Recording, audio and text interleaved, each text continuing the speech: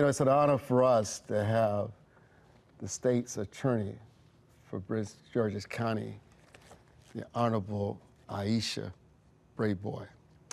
We welcome you to our broadcast house. I just want to start my utmost respect for what you do, for anyone who makes the sacrifice to serve this country, especially in your role. It's a very critical position. Lives and the safety of people at stake. And what you do every day matters. And as I think about our conversation tonight, I'm more interested in your evolution in terms of, there was a time, because you had interesting roles. You served in the state legislature. I have. You worked at the FCC. I did. Mm-hmm. You were born in Washington, D.C., Cuthbert and Norma Braveboy, your parents, from St. Patrick's Island, Grenada. So your song is an immigrant song. And your parents emphasize education, respect of law, respect for your neighbors, and being fair. And obviously, you can never escape what your parents have poured into you. And so back to your evolution, I know there's a time you felt you should not check the box. You wanted to get rid of that. You had issue with the death penalty. You were one of the few legislatures that voted against the death penalty. And you also have shown a lot of compassion to youth being given second chances. How have you evolved, given where we are today with juvenile crime? It continues to escalate in terms of your own growth. You know, I think I remember back to growing up in a household where I had two parents, loved me, but they also disciplined me.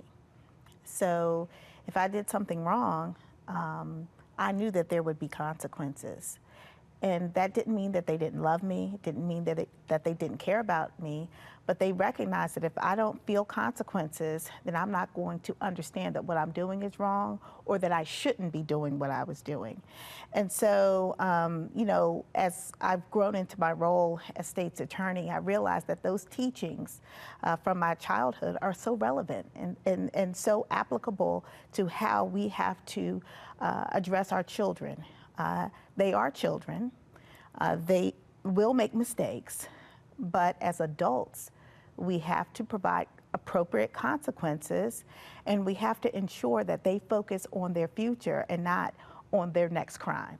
And in order to do that, for some kids, that means that they will have to be detained for a period of time, that they will have to not only enter into treatment programs, but be required to complete those programs before they're able to join us in society. Because again, our kids really are our future.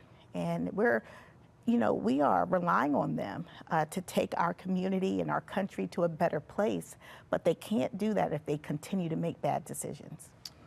But the kids today are not like the kids when you and I were growing up. There's something that has changed. I don't know if it's the internet, social media. I don't know if it's a lack where parents cannot discipline their kids the way we were disciplined growing up, because you know, in New York, if you yell at your kid or spank your kid, you could be sued or the kid could be removed from the household. I just don't know if parents have the kind of leverage to still that fear with love in the household as when we were growing up. You know, I don't disagree that the kids today have access to more things like social media that does influence them, but I respectfully would disagree. I think kids are always, just biologically, they evolve differently. Their brains develop differently, right? So they're going to learn executive functioning and critical decision making throughout their younger years. So they're going to make bad decisions because they're more impulsive when they're younger. I think the difference is in many ways the parenting. I think parents are different. I think that the discipline isn't there. The eyes on their kids, oftentimes they don't have that ability because one parent is really working and trying to raise kids too. We don't have community in the way we used to, where, you know, that grandma or grandfather who lived up the street watched out for the kids, made sure that they were doing the right thing, and if they weren't, they told the parents, right? So I think we're not seeing community the way we used to. But kids making bad choices, that has always been the case. Kids make bad decisions, but how we parent, how we treat them in our justice system, I think that's what's changed. Have you evolved at all on the death penalty? Have you, in your role, have seen such a heinous crime? This is so bad that you just had to rethink your position on this issue? You know, I think life in prison without the possibility of parole is appropriate in those cases where people commit serious offenses that are beyond the pale. And we have that here in Maryland, and I think that is the appropriate punishment. Mm. You know, as state's attorney, you've been quite vocal about addressing the root causes of crime. And so many people speak about the issues, lack of poverty. You and I spoke about it before coming on the show, education, and how unemployment played into the rise in the violent crime, particularly here in Prince George's County. And before you answer that, is that I know so many kids that come from impoverished families. Parents are not educated. The house may not be of high value, but if you go inside, it's clean, it's elegant. You can eat off the floor. And yet those kids never commit crime. Absolutely. Why? Well, most people don't commit crimes. Mm-hmm. You know, crimes are committed by a very small segment of society, but crime is about choice too. And when people make that choice, they make it for various reasons, and sometimes it is because they want more. When I teach at Bowie State University, and one of the songs I have my students listen to is the Wu-Tang Clan, Cash Rules Everything Around Me, right? And it is really a song about the reality of living in poverty. Money and the importance of money and resources and finances, young people who are impoverished know about that at a very early age. Most of us who grew up not needing anything, not ever having to go without, we don't understand salaries and budgets and all of that. But those kids understand it because they're going without lights, sometimes food, they're moving around place to place, seeing mom or dad get evicted. That's very traumatizing. So that is the reality for some of our kids. And for some of those kids, most of them, they're not going to commit an offense. But for some of them, they may feel like, you know what, I need to help out the family, or I'm going to get mine. And that's what happens sometimes. People are making choices based on life circumstances. And, you know, not that they should not be punished for it, not that there shouldn't be consequences, because there absolutely should be. But I also think that we as a society have to begin to address these opportunity gaps that we see in our communities. Otherwise, we are going to see the crimes committed over and over again. You know, you ask, well, why does the same young person commit the same offense over and over again? Maybe they did get punished. Maybe there were consequences. But guess what hasn't changed? Their circumstances, the people who they hang out with, their view of life. And so I think we again, I'm all about consequences. I'm all about discipline. I was disciplined, okay? So I understand how important discipline is. But we also have to really be real about it too. We can't pretend like these circumstances of poverty are not influencing what we see in terms of crime. You know, earlier before coming on the show, you and I had a conversation in the green room that I was really struck by. We were talking about the situation in Washington, D.C., Yes. where the 13-year-old was in the process of hijacking a vehicle. Well, he was tampering with vehicles. Well, and At the night, yeah. and the owner walks out and shoots and kills him, a 13-year-old. And what I was struck by is what you said of the mother's reaction. This 13-year-old, he was the man in the house. Correct. There are so many other things that you could take from the words of the mother. The kids have to grow up real fast. There's not a father in the household. these kids, especially these young boys, carry such awesome burdens, which is unfair because they're never allowed to be kids. They never know what it's like to walk their way through the process of becoming an adult. You know, we can talk about the breakdown of the family and the lack of fathers, but the reality is, if a young man and a young woman, if a father is in the household, in a two-parent household, it truly benefits the children. Oh, I think it benefits the children tremendously. I mean, the more love a child feels, the better they feel about themselves. And so when you have more than one person who's in a position of power and authority and control over them in their household, who also is expressing that love to them, that's important. And just like we don't want to underestimate the power and the strength and the importance of motherhood, we should not underestimate the importance of fatherhood. Fathers are extremely important in the lives of both little girls and little boys. And it's really important that we celebrate and uplift fatherhood in our communities. You know, what role do you see community-based interventions playing in reducing crime rates, and how are you collaborating with your local organizations, or let's say law enforcement, to implement these solutions? Well, I'm very proud to have a great partner in our Sheriff John Carr. Together we created something called the Family Justice Academy with the help of our governor, Wes Moore. He's tremendous. He was able to help fund this important initiative where we bring families together of young people who have committed offenses. And we provide not just the child, but the parents also with services, with an opportunity to kind of talk to us about what's going on in their lives, what their needs are, so that we can help the entire family become stronger and better. And that's the type of initiative we really need. Because yes, again, I believe in consequences, don't get me wrong. But at some point, these young people are going to be back in our communities. And unless we change the circumstance, which starts in the home, the circumstance starts in the home. Unless we change those circumstances, we're going to see, you know, a perpetuation of the same types of behavior. So the Family Justice Academy, which we started last year, is tremendous. We appreciate, again, our Governor Wes Moore for seeing our vision and, you know, being a part of that.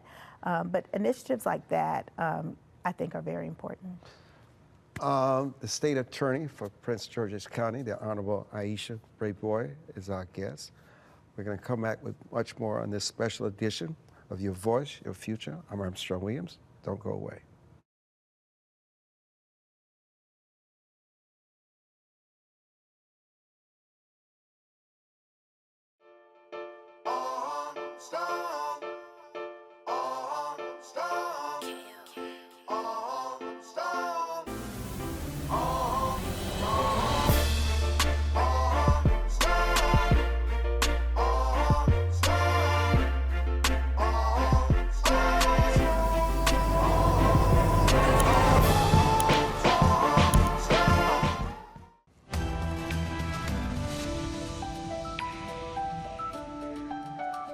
And welcome back with the Honorable Aisha Braveboy. You know, I am an entrepreneur. You know, I may sit here as the host of this show, but I run businesses. And, you know, when I hear the stories in Baltimore, from Fell Point, the harbor, when I hear stories from management of Safeway and Walmart, and they say, you know, Mr. Williams, we're gonna have to shut down this store in this neighborhood. Yeah. And I say, why? Because they just keep looting and looting. I just can't make ends meet anymore. And I say to myself, do these young people understand what they do to their community? And then you have what some people would see as nonsensical laws where as long as you steal under $1,000, then you can't be charged. And I say to myself, it's their way of life. Businesses Correct. are the backbone of these communities. And you know, you go in these stores now and you look for a razor and shaving cream and everything's on lockdown. Somebody has to come from behind the counter and unlock it, and you ask, Why is this all locked up? Yeah. Because it's people steal in a brazen way. How do we protect? And how does the law? I mean, yeah, look, I mean, retail theft and property crimes, they really do impact people. I know what gets the headlines oftentimes are the violent offenses, the murders, the carjackings, but these thefts from stores, taking away from the livelihood of business owners. These business owners are individuals who put everything in oftentimes, all of their resources into building their business in hopes to serve the community, right? And then when other people are not respecting their business and they're committing crimes, stealing, making it difficult for them to earn a living, it's wrong. We prosecute those cases. Those cases must be prosecuted. You know, young kids have to have respect. They have to. They have to have respect for their parents. They have to have respect for those who are educating them, their teachers, their principals. They also have to have respect for their fellow man and woman. They have to understand that a business has a right to be in their community, that they're not allowed to loot and to steal from these establishments, and that there will be consequences when they do. Now, if there's a theft under a certain amount, which is considered a misdemeanor offense, for young people, those are typically handled by the Department of Juvenile Services because of how the legislature wrote the juvenile statute. So there are certain types of offenses that don't come to my office or the state's attorney here, my good friend Ivan Bates. I want to give a shout out to Ivan Bates, that don't go to his office because they are considered misdemeanor offenses, and those are handled by the Department of Juvenile Services. And so understanding, you know, what the consequences are when they get there, that's something that we don't necessarily know.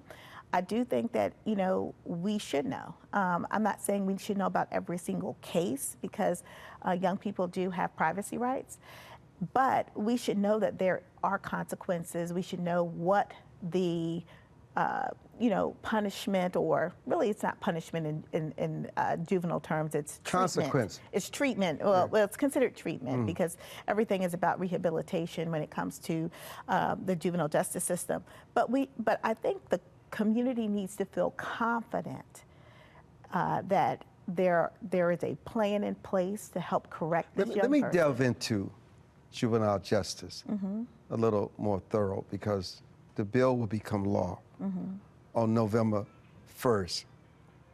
You know, with juveniles, when they go before the Department of Juvenile Services, you know, you get points counted against you if you don't meet certain criteria.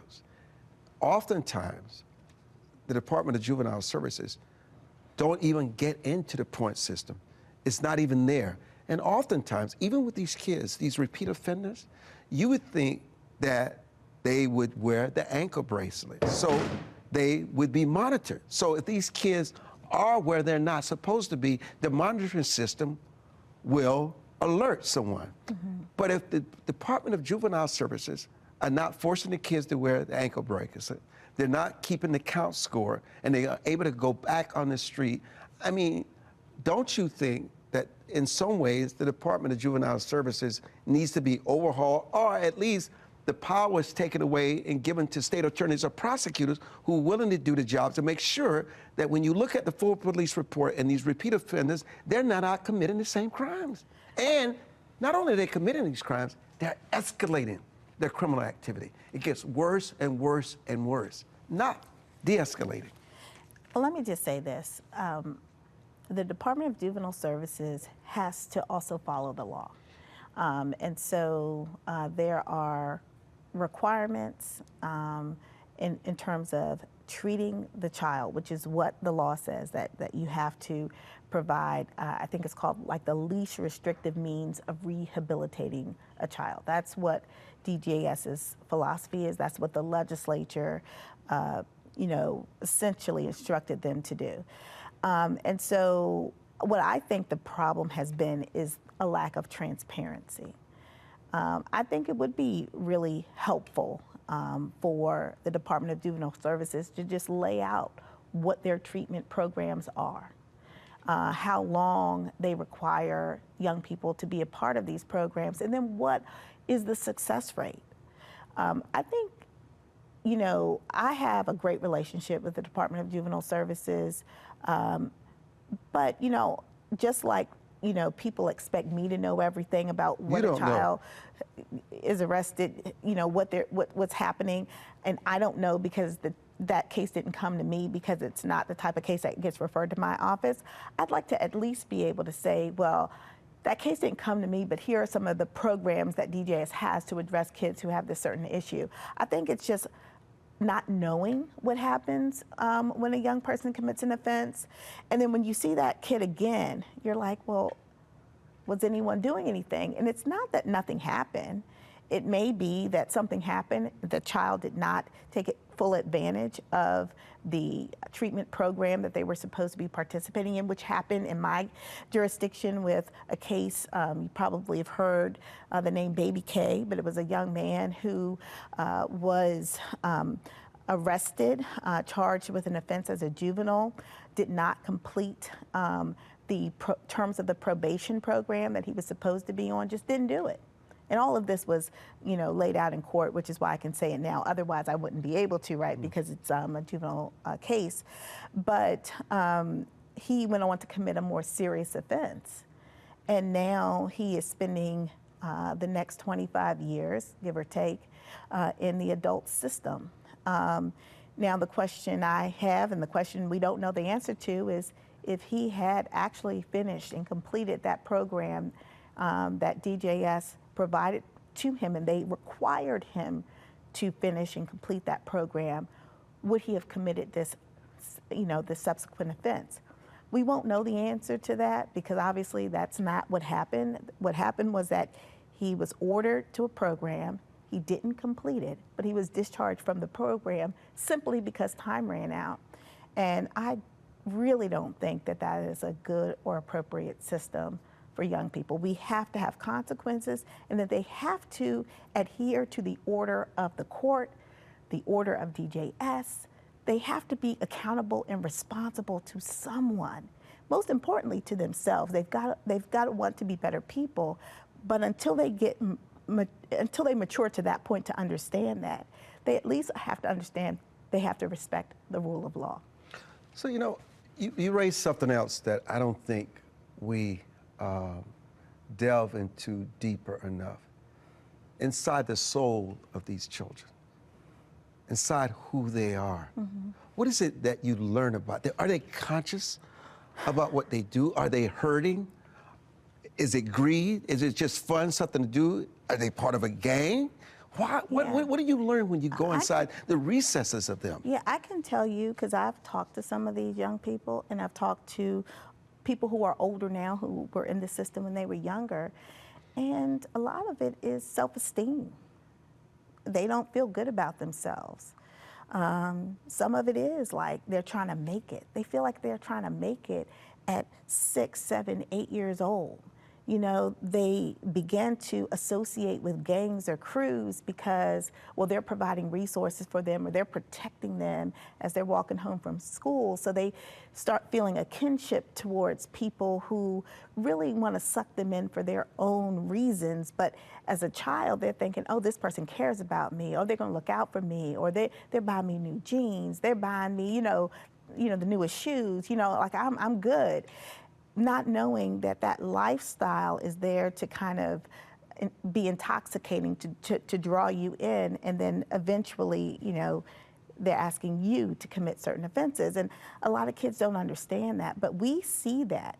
And so while, again, I can't stress enough how important it is that we still provide consequences, even for those kids who have, you know, been sucked into certain circumstances. There should be consequences. But the parents we have to understand. The parents don't see the signs that they're losing their children. There's something more sinister. Sometimes, honestly, let's just look at the reality of it. The parents are working. The parents have other kids to raise. So you may be in a household where there's only one kid who's out there, you know, doing the wrong thing. The others in the home are doing the right thing.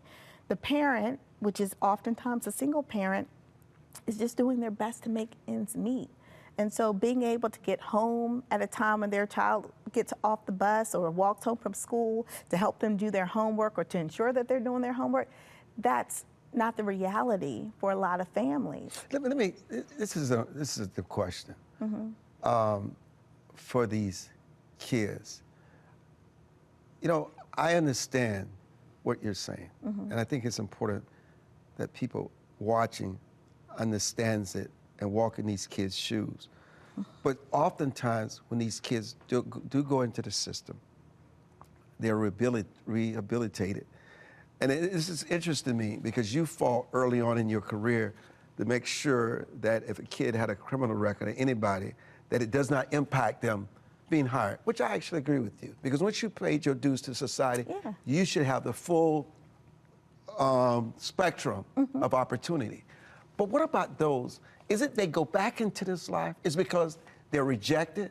They cannot find a way of life? They cannot make it? And they just feel that the only option they have now is to go back where they were before?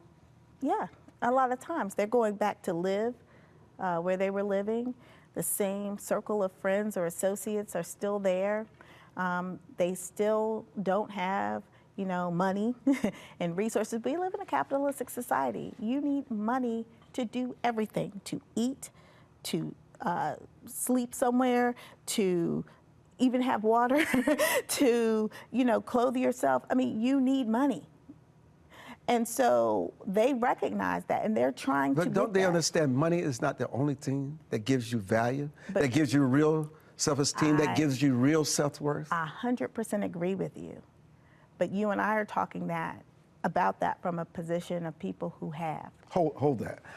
When we come back, criminal statistic expert Leonard Snipes will join the Honorable Aisha Braveboy and I, Prince George's County State Attorney, on this edition of Your Voice, Your Future. And I hope you're enjoying this provocative, insightful conversation as much as I am. We'll be back.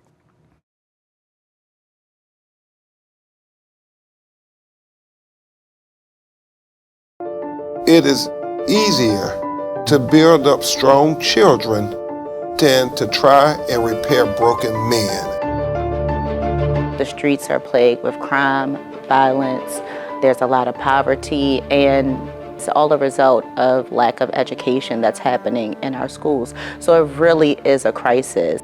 We come from very different political perspectives, but we've come to the same conclusion, and that is there is a crisis in the classroom. Children are being deprived of quality of life because they're being deprived of a good education. We must solve this problem. It's incumbent upon all of us to join hands together to get this done. We can't afford to wait one more day before we address these issues, because every day we lose another child. Let's stop the politicking. Let's stop the games. Let's really do something to give these kids a real chance at life and being a part of that American dream. We need accountability for funding. Many of the districts where you're seeing very low test scores, students graduating with very low literacy and math comprehension rates, they are receiving a lot of funding. So where is the money going where our kids aren't being adequately educated?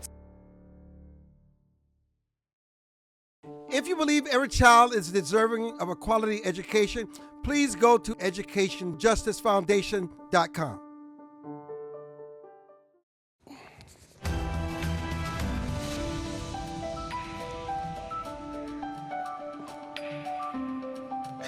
Leonard Snipes, thank you for your patience, and thank you for joining us with the Honorable Aisha Braveboy, this Prince George's County State Attorney. Now, you're a crime and media relations expert. What are your statistics telling us, not only for the state of Maryland and Prince George's County, but across the country?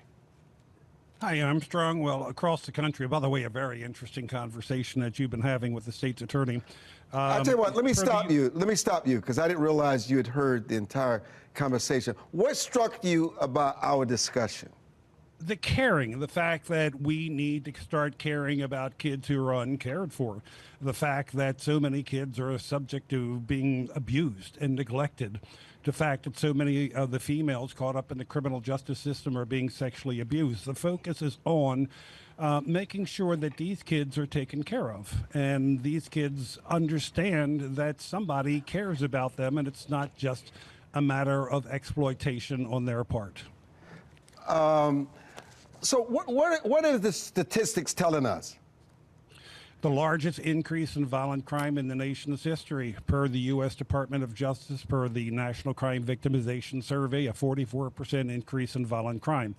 Now, it's a tale of two cities because if you take a look at FBI data, you're finding decreases in crime. But the vast majority of crime, per the FBI, is not reported to law enforcement. So reported crime is going down. Crime survey, a survey of citizens throughout the country, that is going up exponentially. Leonard, and what do you attribute this to? Yeah. You know, if I could answer that question, I would be an instantaneous millionaire several times over. You know, we have not held offenders accountable. We have not held offenders accountable. We have not put enough money into the juvenile justice system. We haven't cared, quite frankly. We move, we leave, we get out of dangerous areas, and that seems to be our solution in terms of dealing with violent crime in cities and throughout the country. We have to care. We really do have to get involved with law enforcement. We really have to support law enforcement, and we have to support programs for kids, and we have to stop abusing our children. We have to stop neglecting our children. You want to respond? You know, I couldn't hear the first part of that, but I did hear the last part, and the neglect is real, and neglect doesn't have to be purposeful.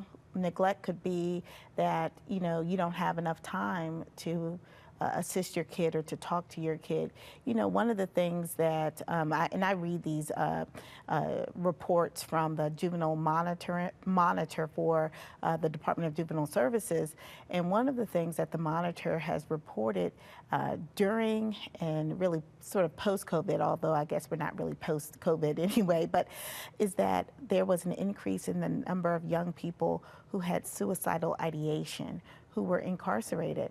And that tells me that there's something going on with our young people, that they are feeling depressed, and we're not talking to them. Sometimes parents don't have the energy to talk to their kid, and that is a form of neglect, even though the parent does not intend to neglect the child. They're like, look, I've given you dinner, I've given you, you know, a place to live and sleep and all that stuff, but you do need to have that time with your kid to find out what's going on in their minds. And oftentimes parents, because they're so stressed, they don't have that time. So that's a form of neglect that parents don't really recognize as neglect, but that could impact their children and how they behave and what they get into and who they are involved with.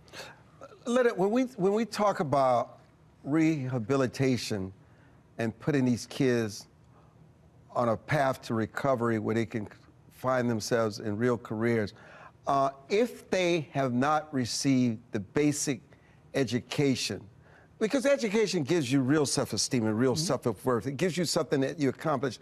What are the best, what's the best trajectory for the best outcome for these kids realizing not necessarily the American dream, but putting a life of crime behind them, where they really believe, like you talked about earlier, they can make it on their own. They can create finances, they can create the financial stability where they can take care of themselves, and they don't become so fearful when the bills start piling up and they cannot pay. That fear leads them back to that path of darkness. Cognitive behavioral therapy is the modality that seems to be most successful. And what you're doing in cognitive behavioral therapy is to get to the root causes of what's going on in their life, trying to make sure that they know how to deal with stressors. But we're talking about the great majority of the programs that are on the adult side don't work. It's cognitive behavioral therapy and drug courts. Those are the two programs that have the best track record in terms of rehabilitative services. People need to understand that so many of these kids, you talk about females caught up in the criminal justice system. There are studies out there that indicate that the majority of the females coming into the criminal justice system, I'm talking about the prison system, have sexual violence, histories of sexual violence. Now, if you have a history of sexual violence and you're 10 years old, how do you overcome that? I mean, we're not talking about an educational program or learning to read or learning to write. How do you overcome sexual violence directed at an 8-year-old, a 9-year-old, or 10-year-old girl? So we have to get in there and work with these kids and work with young people, work with adults through cognitive behavioral therapy and to try to get them to understand what happened to them and how they can overcome it. We're dealing with harsh realities in terms of people caught up in the criminal justice system. I sat in the Baltimore City Jail with 200 people who were being adjudicated for violent crimes, and they basically told me, Mr. Sipes, you need to understand that violence is good. Violence is wonderful. Violence protects me. Violence protects my mother. It protects my property. It protects my children. You need to understand, we're talking about a harsh reality of people caught up in the criminal justice system. And the sooner we come to grips with that and deal with that harsh reality, the better off we're going to be. We can't sugarcoat this. I want you to speak to that, but an 8 and 10-year-old being sexually compromised, is it that the household is leaving the child vulnerable? Is it the mother's boyfriend who exploits the child? I mean, what is he talking about here? Every case is different. That's the reality of it. Every case is different. Some of it is, the stepfather or the mother's boyfriend or another family member or relative. That happens, and I can't speak to every instance of that, but I can agree with him that many of the women who are in the justice system have a history of sexual abuse and domestic violence. I did an amazing program called The Untold Stories of Women and Girls in the Justice System. And that conference was so powerful, but the stories of abuse will break your heart. It'll break your heart. And, a lot of these women, they want affirmation. They want to feel loved.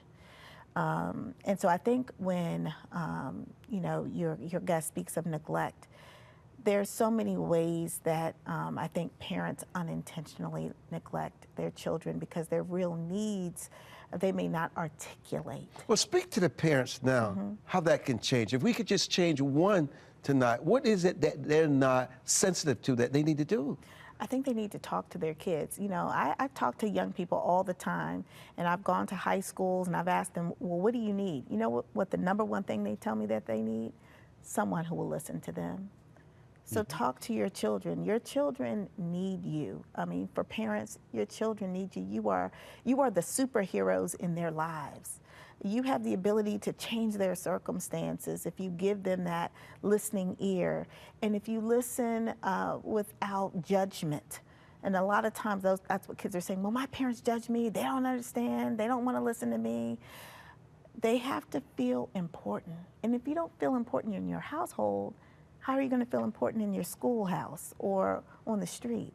And that's why I think that sometimes parents don't recognize how important they are. And maybe part of the issue is government and how the justice system treats parents who, maybe want to be a little bit more of a disciplinarian because parents want to, they want their values to be their children's values, right?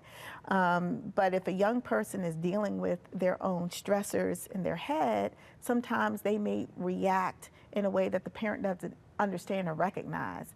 And because the parent isn't having those real in-depth conversations with their children, they don't know why their children are behaving this way. He said something, though, Leonard, that I just cannot get over. That some of these kids said when he was in the Baltimore system that violence is good? Yeah, I'm not really understanding that part, but what I can say is that sometimes... he said it protects us, it protects us. I mean, what I'm saying is that sometimes when you look at young people who are in tough situations, that gang or that crew, they think that they're protecting them. If a child can't walk safely home, right? But now they have this crew that says, I got you, I'm gonna look out for you. I'm gonna make sure you make it home safe, but here I need you to do this for me.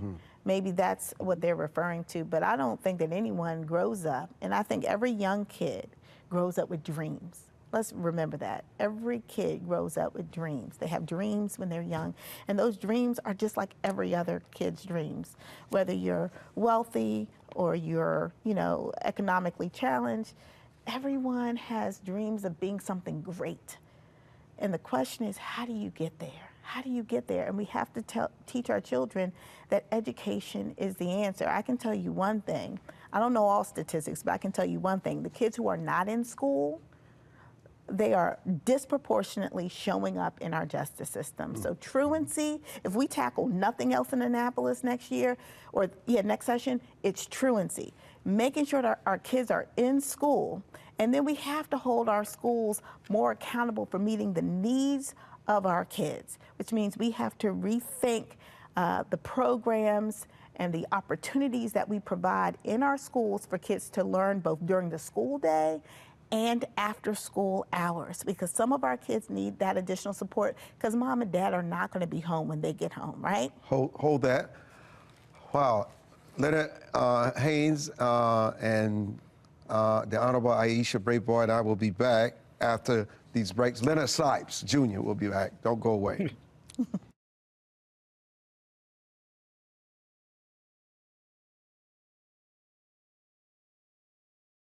As a home buyer, you need a lender who cares about your home ownership dreams. United Security Financial has been helping families secure their dream homes for 30 years. We're a national fair practice lender that provides affordable mortgages and low down payment programs to eligible home buyers. To learn how United Security Financial can help you secure your dream home, call 1-800-373-4186.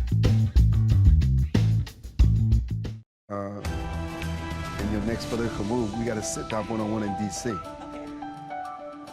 And welcome back to the broadcast. The elephant in the room that we've not really discussed are the drugs. Oh, yeah. And the impact that the drugs have. Because these kids are involved with drugs. And sometimes their parents are involved with drugs. And sometimes the gang members supply them with drugs to further control them. Leonard, let me start with you. Let's talk about the drug proliferation and impact that it has on crime and juveniles' behavior. It is destroying our kids. It's it's just that simple. We have two things that are going on right now within the criminal justice system. One is the incredible increase in the mental health caseload of criminal justice agencies, whether it be parole and probation, whether it be corrections, whether it be pretrial. The mental health caseloads have tripled over the course of the last 10 years. 80% of people caught up in the criminal justice system, we're talking prisons now, not parole and probation, 80% have substantial histories of substance abuse. So you add mental health issues along with substance abuse, and you're going to end up destroying that individual. It's very, very, very hard, especially considering the backgrounds of some of these kids. It's very hard to overcome that. And in some cases, it's almost impossible to overcome that triad of strikes against them. Basically, we in society need to care. I mean, for decades, we have basically said kids are throwaway kids. We have now accepted that kids are throwaway kids. We have stopped caring about them. The newspapers have stopped writing about them. The television stations have stopped reporting about them. You're reporting on it, Armstrong, and God bless you for doing that. But these are throwaway kids in the minds of so many people, and have been throwaway kids for the last 30, 40 years. We need to care about kids. Society needs to care about these young people. I'm going to share something with you because I think this is critical as we wrap this conversation. I have been blessed. I've created great wealth. I live a life of privilege. But none of those things fulfilled me and sustained me. The thing that my parents gave me growing up was something to believe in something greater than myself. We talk about God as if something fantastical and it's not real. But I always found is that how I treat people, when I choose to tell the truth instead of lie. I choose to respect someone's belongings instead of steal from them. When I choose morality over immorality, it's the things that gives me my greatest peace. And sometimes we think that joy comes from money, from materialism. And you look at so many kids who come from families of wealth, but yet they cannot find meaning and purpose in their lives. And they commit suicide. And you say the kid has everything, but they're still empty. You know, I remember the verse from the Bible that our souls are restless, O Lord, until they rest in thee. And it seems that we cannot talk about God and faith, something that's substance and something that sustains you. Because these kids need something more than just rehabilitation. You can give them all the rehabilitation that they want, but if you don't give them something that gives meaning to their lives, that even in the darkest hour, there's something beyond them that can instruct them. Because even in your conscience, if you never knew right from wrong, your conscience can instruct you. And so we don't talk about that enough because, you know, people can talk about all the wrongdoing, all the evil, but we cannot talk about good and right and wrong and goodness and sacrifice and discipline and work ethic. We don't talk about it anymore. Why? You know, I do. But I do know that in some ways people want to remove, I guess, say there's a separation between church and state, and so there are certain things that are sort of taboo to talk about in the political world. But when I look at the laws that I enforce, they're rooted on the Ten Commandments, right? And so there is not really a whole separation. We say it, but the reality is we're rooted somewhere. And I think we should be proud of that, to be honest with you. And we should teach our kids that it's okay to pray and that they should have faith. And whether you believe in organized religion or you just believe in spirituality, that's important because you give yourself a sense of purpose, a sense of worth, that there is a greater being that is looking out for you. You know, if I feel unloved by everyone else in the world, I know that God loves me. And that's important to me. And I want every kid to feel that their self-worth is from within.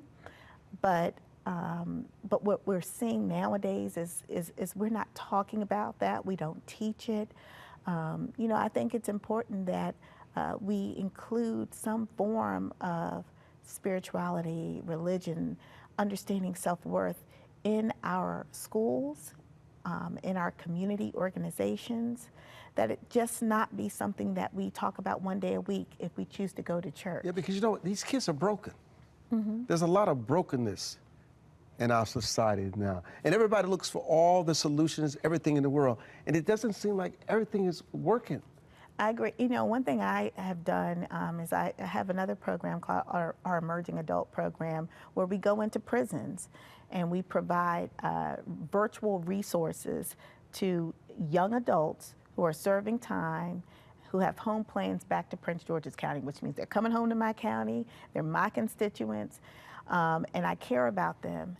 And what we see is when they first come in the program, and again, it's virtual, they're like, what's this all about? They're not really wanting to open up and talk. By the end, it's a 6-month program. By the end, they're pouring out their hearts, they're believing in themselves, they got a plan. We help them develop a plan. And then when they come home, because they are going to be released, when they come home, we have a nonprofit organization that's headed by Derek Finner, who's a former NFL player from Prince George's County, where we pick them up. And then he ensures that they get their driver's license if they need it, that they have a place to stay. If they want to pursue higher education, we help pay for that. We are invested in them. The thing I tell them when I go to visit, because I go to the prisons, the state prisons, to recruit people to the program, I let them know, I love you, I care about you, and I believe in you. And that does something to people when they hear that, hey, I'm important. If I believe in myself, I have people out there who are going to give me, you know, a second chance, or they're going to help me out. Like, I can do this. But it's something within them, because this is a voluntary program. It's something within them that where they're like, you know what, I can be that man or woman, because we have a program for females now, that I've always wanted to be. and I have people who love and care about me who are going to help me. And none of those individuals who have left that program, who've left prison, have committed another offense. You know why? They have hope, they have opportunity, and they have people like myself, and I include myself in that because, you know, it's important that the top law enforcement officers say to someone, I love you, I care about you. You're gonna pay your time. You're gonna have to suffer your consequences. Just like my parents gave me consequences when I, you know, did the wrong thing, you're gonna get those consequences. But then when you're ready to come home, you're gonna come home with open arms and with opportunity. Leonard? Yes, sir. So what has proven to work? What has proven to work is it's basically the most effective programs out there are pretty much basically law enforcement programs, and that's backed up by hundreds and hundreds and hundreds of studies through the U.S. Department of Justice. But I agree with the state's attorney that we need to care. I think if society constantly cared, if religion constantly cared, if businesses constantly cared, I think if offenders got the message, I mean, we were able to substantially reduce spouse abuse by public service campaigns basically saying that you cannot hit your spouse, period. I think sometimes we have to remember that we have to speak as a society in terms of one voice.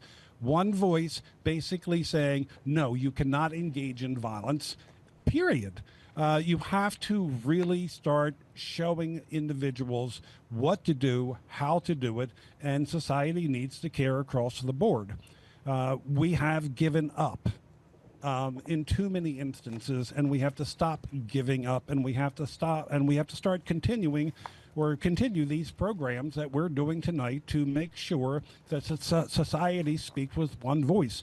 It is wrong to hit and hurt other human beings.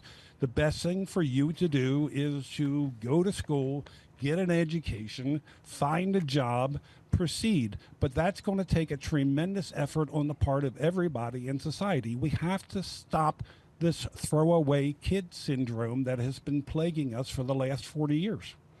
No, I want to say this in closing, because I always enjoy when I have you on. I know you inherited your seat from U.S. Senate candidate Angela Alsop-Brooke, and we also know that your initial endorsement was with David Trone, but you're a principled person. Oh, yes. And you're honorable, and you're caring, and we need more people like you in public service. I know the Prince George's County executive position will open. People like you should run, because, you know, people have to care, and you can only care if you're there. You know, you have a right to choose what you choose, but you also, as you are now, you're on board with Ms. Alsop-Brooke because you think about the bigger picture. But I'm thankful to the good Lord that we have people like you in public office willing to be transparent, not be a hypocrite, but who you are is who you always are. And so I wish you well. I appreciate your coming on. Much respect. Thank you. Much respect and admiration. And I'm Armstrong Williams, and that's the way it is. Thank you for joining us.